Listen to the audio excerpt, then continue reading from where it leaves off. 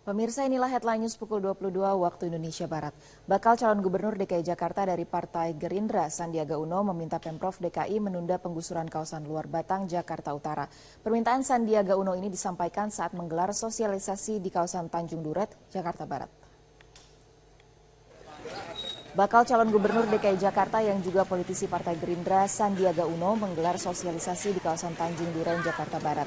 Dalam sosialisasi ini, Sandiaga juga beramah-tamah dengan sejumlah tokoh warga yang ada di kawasan Tanjung Duren. Dalam sosialisasi ini juga Sandiaga Uno menyoroti kebijakan Pemprov DKI yang akan menertibkan kampung luar Batang. Sandiaga meminta Pemprov DKI untuk menunda rencana ini mengingat kondisi di lapangan yang masih panas serta saat ini warga tengah bersiap menyambut bulan Ramadan. Sebelumnya terjadi insiden pemukulan kelompok warga terhadap seorang petugas Satpol PP usai Sekretaris Daerah Saifullah mengunjungi masjid luar Batang. 1 bulan lagi akan masuk Ramadan, kita cooling down dulu. Kita dengar apa aspirasi masyarakat, lakukan konsultasi publik, camat, wali kota, duduk, dengar dengan hati yang sejuk, apalagi memasuki bulan Ramadan. Nanti setelah itu, setelah sosialisasinya sudah tepat, apa yang diinginkan oleh pemerintah dan warga coba disinkronkan. Karena kalau tujuan dan niatnya ikhlas dan awalnya itu tulus untuk membangun dan bermanfaat bagi khususnya warga ya. Jangan hanya memihak kepada warga yang menengah ke atas, itu yang menengah ke bawah juga pasti akan diterima. Tahapan penyelenggaraan Pilkada DKI sudah semakin dekat, namun penantang incumbent Gubernur DKI Jakarta Basuki Cahayapurnama justru terlihat makin lesu darah. Sejumlah bakal calon Gubernur DKI sempat sangat bergairah untuk maju sebagai kandidat menantang Basuki Cahayapurnama. Malah Partai Gerindra jauh-jauh hari sudah mendeklarasikan pencalonan dengan mengusung 8 kandidat. Meski sudah mengerucut kandidat ketiga nama, namun Gerindra masih terlihat gamang. Sementara itu partai terbesar DKI, PDI Perjuangan juga tidak terlihat mantap mengusung kandidatnya. Sempat menyatakan akan mengumumkan kandidat pada bulan April, PDIP akhirnya memilih mengundur jadwal dengan membuka pendaftaran bakal calon ketua umum. Hingga saat ini belum juga ada pengumuman kandidatnya. Meski penantang incumbent Basuki Cahayapurnama tidak lepas dari popularitas dan elektabilitas Ahok yang terus meroket. Survei terakhir yang dipublikasikan Populi Center menunjukkan popularitas dan elektabilitas Ahok terlihat tidak tertandingi. Bahkan elektabilitasnya jauh melampaui para calon penantang. Jauh di atas Yusril yang hanya mencapai suhu politik di DKI Jakarta meningkat seiring ditambah bakal calon gubernur DKI Jakarta 8,5% yang posisinya di atas Yusril Iza Mahendra pada peringkat kedua. Baik pemirsa, jelang Bursa Gubernur DKI Jakarta 2017 Oktober mendatang, sejumlah nama mencuat menjadi penantang serius Ahok. Namun bagaimana kedepannya jika mereka melaju di putaran Pilkada DKI?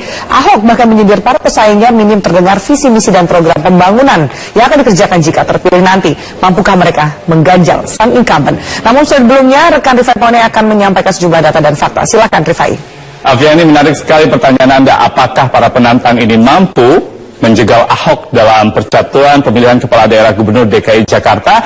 Untuk sore hari atau malam hari ini bersama dengan Media Research Center kami memberikan tajuk apa kabar penantang Ahok, karena terlihat mulai lesu sepertinya. Ada beberapa nama yang kami coba telaah di sini kondisi terakhirnya. Kita mulai dari Yusril Iza Mahendra. Kenapa nama ini kami pilih terlebih dahulu? Karena sesuai dengan survei elektabilitas sejumlah lembaga survei, kita katakan saja seperti Populi Center dan juga Carta Politika, sepanjang bulan Maret hingga April 2016 ini, survei selalu mendudukan Yusril Iza Mahendra di posisi kedua setelah Basuki Cahayapurnama, yaitu tinggi 11% dari elektabilitasnya. Kemudian sempat juga di setiap kesempatan Yusril Iza Mahendra kepada rekan-rekan media menyebutkan bahwa dirinya telah didukung atau klaim dukungan kepada Yusril Iza Mahendra ini sebanyak 3 hingga 6 partai politik.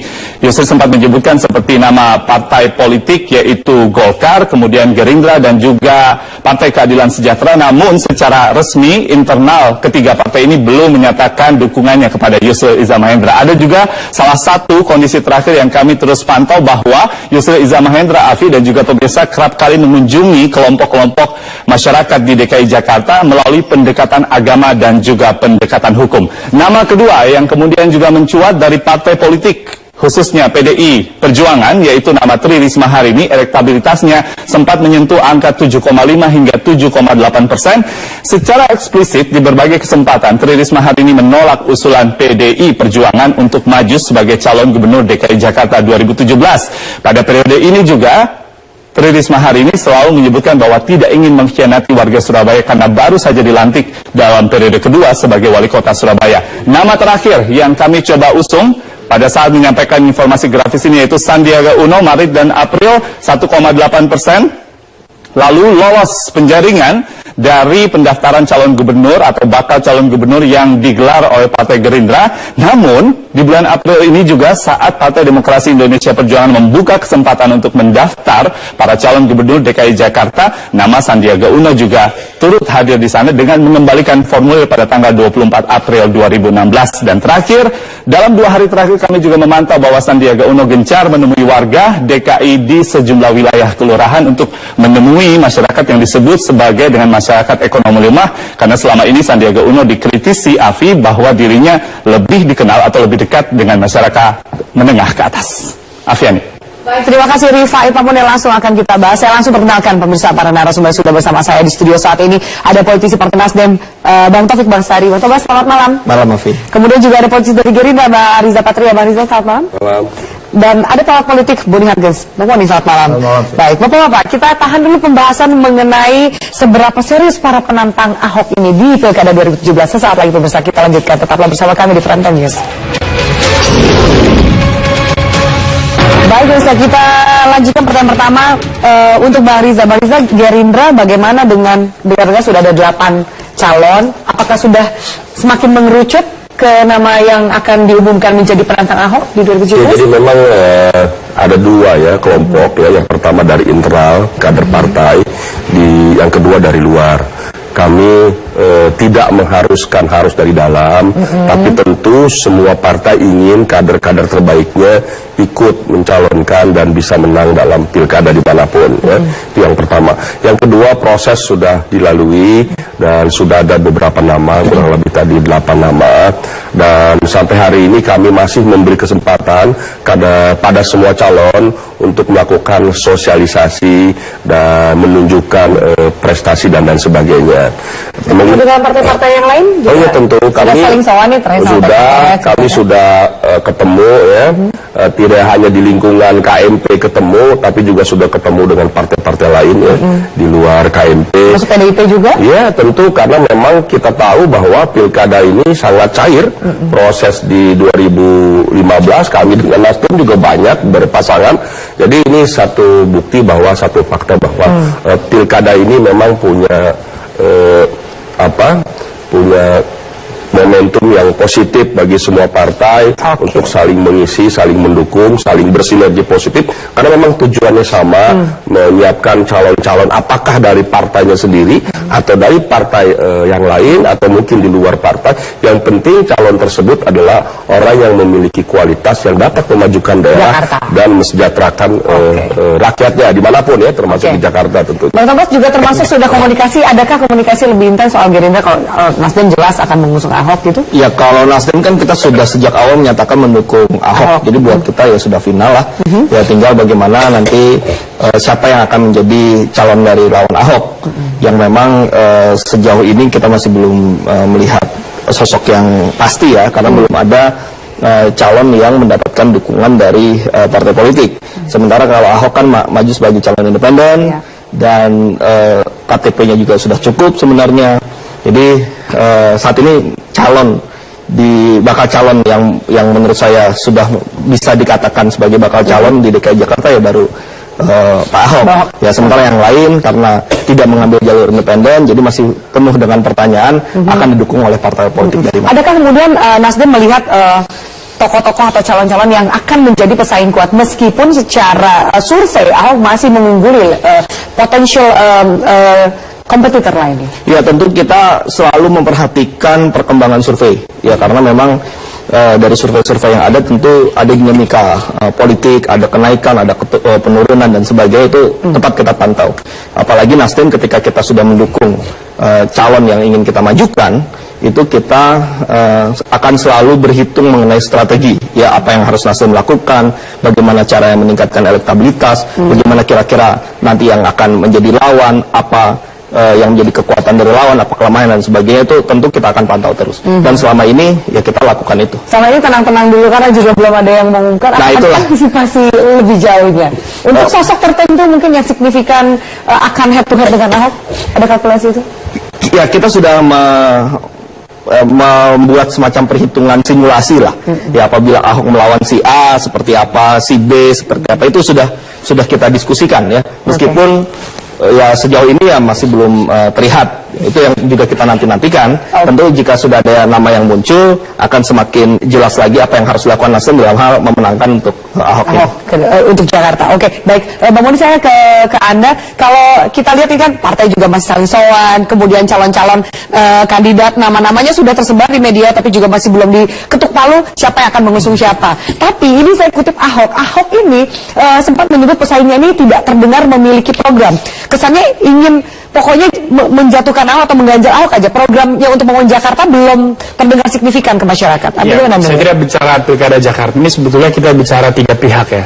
Satu, kita bicara soal partai politik atau kelompok partai. Yang kedua, kita bicara figur. Yang ketiga, kita bicara masyarakat politiknya. Nah, dalam situasi seperti ini memang ada satu yang menonjol, yaitu figur seorang Ahok. Banyak figur, dari dimensi figur saya lihat, tetapi belum ada yang bisa menyaingi Ahok. Kenapa? Karena memang kalau kita lihat dari sejarah, Ahok ini memang kan lahir sebagai produk dari reformasi.